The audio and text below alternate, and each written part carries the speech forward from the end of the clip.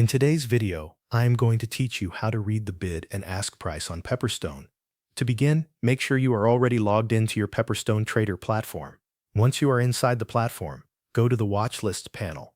This is where you can see the trading instruments that are available to you. If you prefer, you can also open the chart of the instrument you want to review. Next, locate the trading instrument you want to check.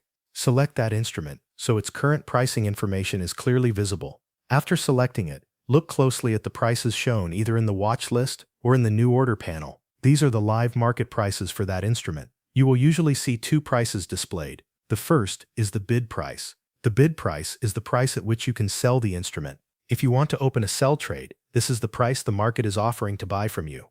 The second is the ask price. The ask price is the price at which you can buy the instrument. If you want to open a buy trade, this is the price you will pay to enter the trade. Once you can see both prices clearly, compare them. The bid price and the ask price will not usually be the same.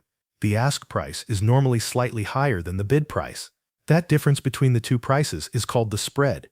The spread is an important part of trading because it shows the gap between the buying price and the selling price at that moment. When you monitor the spread, you get a better understanding of the cost of entering a trade.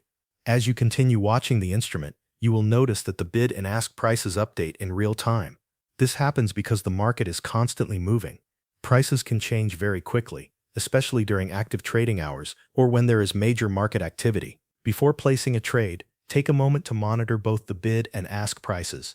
Make sure you can clearly identify which price is used for buying and which price is used for selling. This will help you avoid confusion when entering the market.